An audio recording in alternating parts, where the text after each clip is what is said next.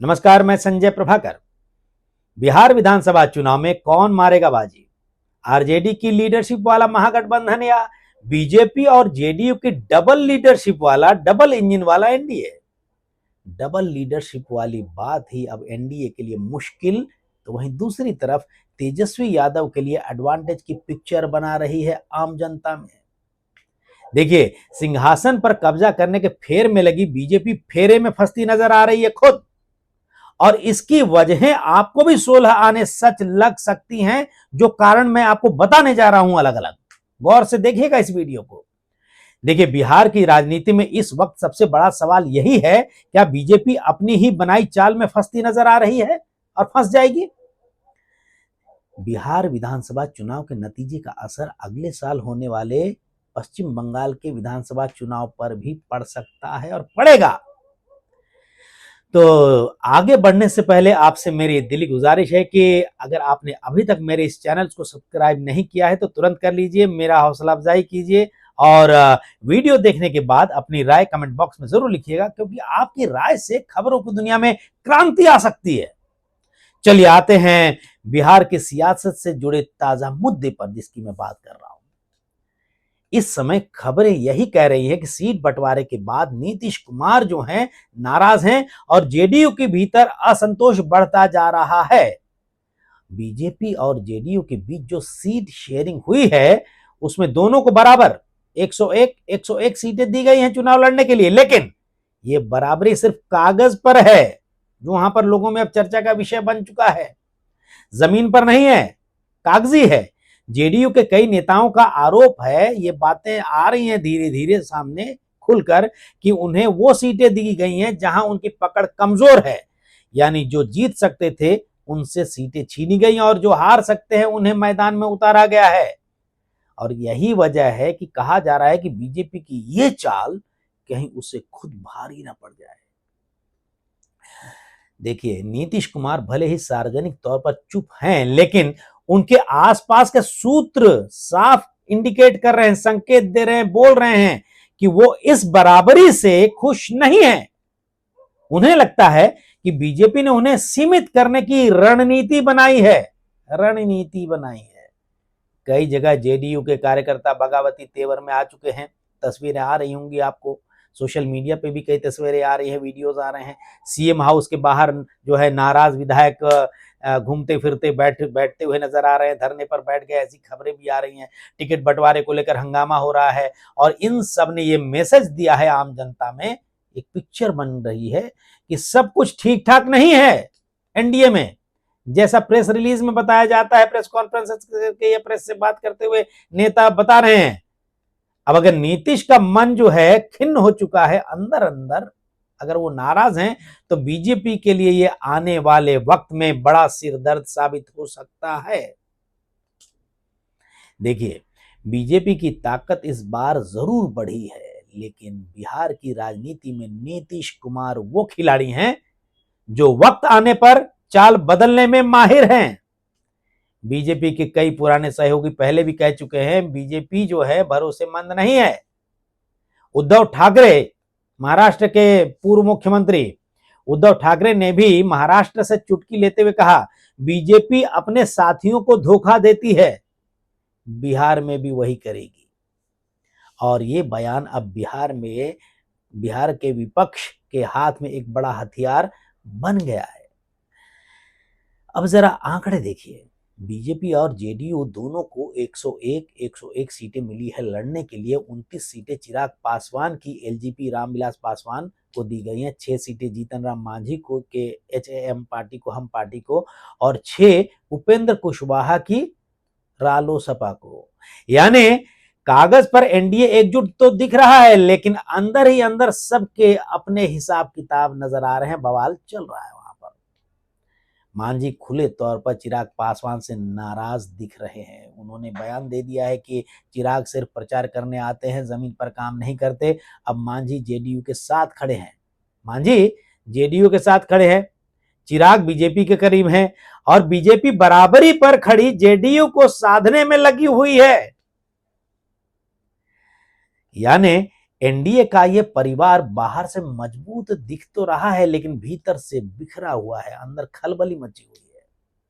देखिए 2020 के विधानसभा चुनाव में बिहार में जेडीयू ने 115 सीटें लड़ी थी, आप जानते हैं बीजेपी ने 110, यानी कम सीट पर लड़ी थी बीजेपी। लेकिन नतीजा जब आया था, बीजेपी 74 सीटें जीतकर आई थी और जेडीयू सिर्फ 43 पर सिमट गई थी। बीजेपी जो है कम सीट पर लड़ी, लेकिन ज्यादा सीट कर जीत के आई काफी जेडीयू से। तब से ही बीजेपी का मन यह था कि अब की बार बराबरी का फॉर्मूला लागू किया जाएगा इस चुनाव में, और इस पर कामयाब भी हुई बीजेपी। देखिए 100 सीट से लड़ने को मिला, 101, और उधर 101 जेडीयू को। तो बीजेपी को लगता है कि बिहार में अब वो नीतीश की उंगली पकड़कर चलने वाली पार्टी नहीं है, बल्कि अब खुद बराबरी की है और बराबर सीटों पर लड़ रही है।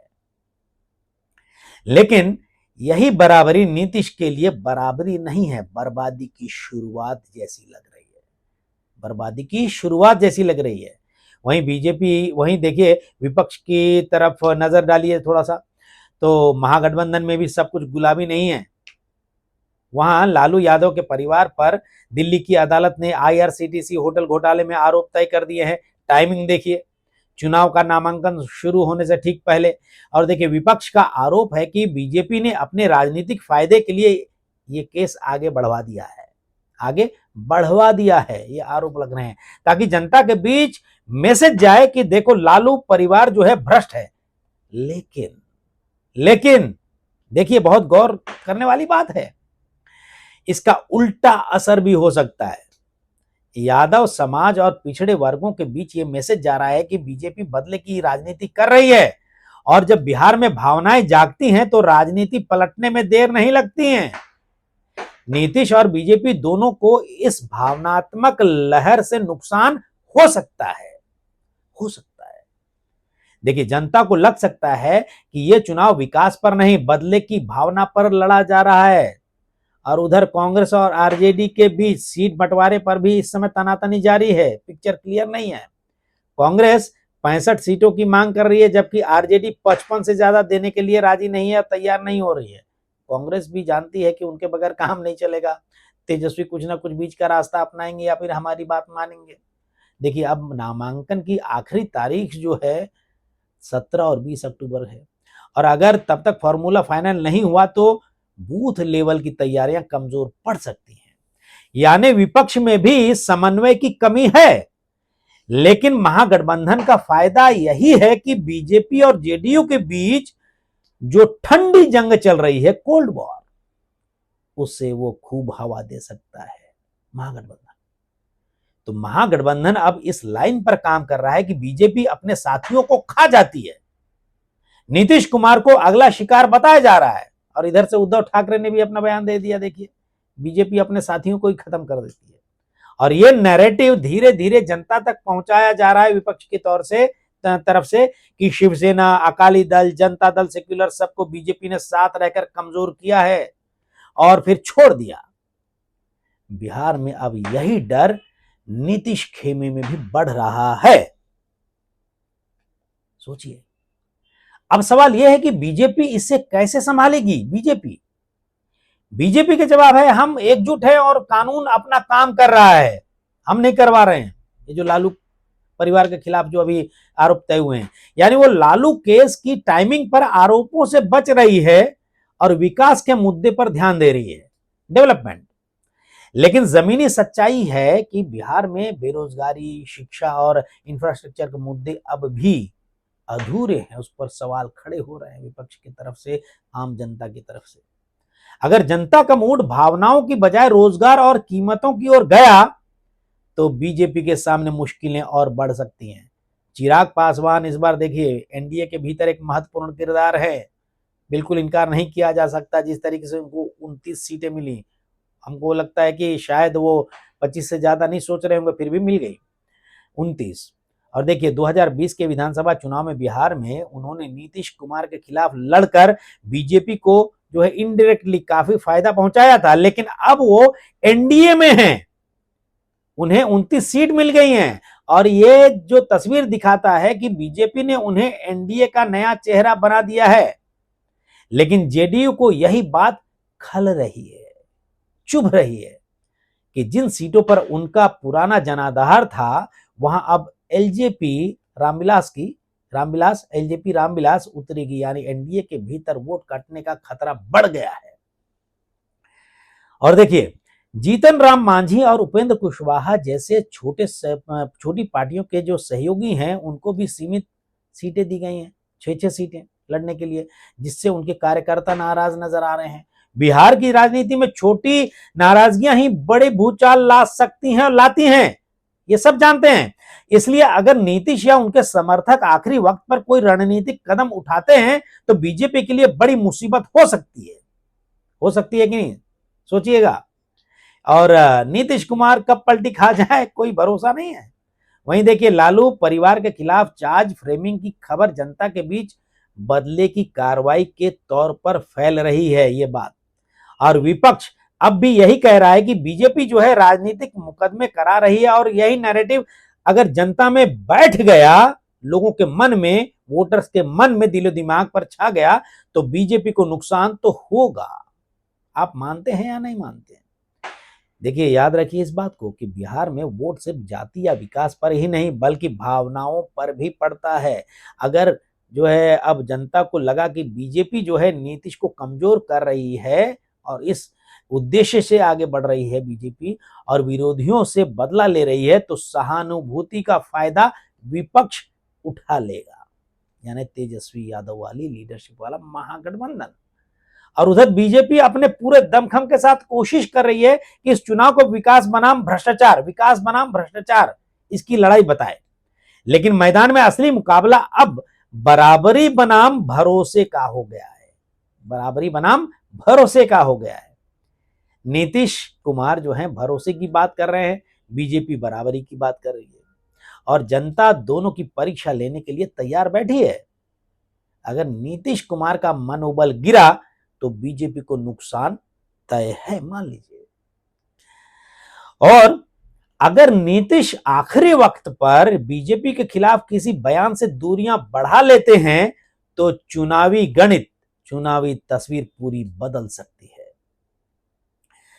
तो कुल मिलाकर बिहार विधानसभा चुनाव जो 2025 का है, अभी होने जा रहा है, यह सिर्फ सीटों का मामला नहीं है, इज्जत का खेल है, इज्जत का मामला है। इस समय बीजेपी ने नीतीश कुमार को बराबर का दर्जा देकर अपने स्तर का बनाया है, लेकिन उन्हें अपने लेवल पर ले आया है, या कहें तो उनके लेवल से आगे बढ़ने की कोशिश में है। लेकिन यही बराबरी 101 सीट वाली बराबरी अब उसके लिए सिरदर्द बन सकती है, क्योंकि नीतीश कुमार बिहार की राजनीति के वो खिलाड़ी हैं जो मुस्कुराकर सियासी हिसाब पलटने में माहिर हैं। बीजेपी ने इस बार देखिए नीतीश को साथ रखकर खुद को बड़ा दिखाने की कोशिश की है, लेकिन जनता पूछ रही है, जनता में ये जो तस्वीरें बन रही हैं, क्या इस बराबरी में भरोसा बचा रहेगा? सवाल है। और देखिए, इस बात का जवाब जो है 14 नवंबर को मिलेगा, जब रिजल्ट आएगा, जब नतीजे आएंगे। लेकिन तब तक के लिए बिहार की हवा साफ कर रही है इस समय जो चल रही है नामांकन से पहले कि सीटें बराबर है लेकिन रिश्ते बराबर नहीं है। तो इस वीडियो पर जो है, इस एनालिटिकल रिपोर्ट पर आप अपने कमेंट्स, अपनी राय जरूर लिखिएगा कमेंट बॉक्स में। नमस्कार।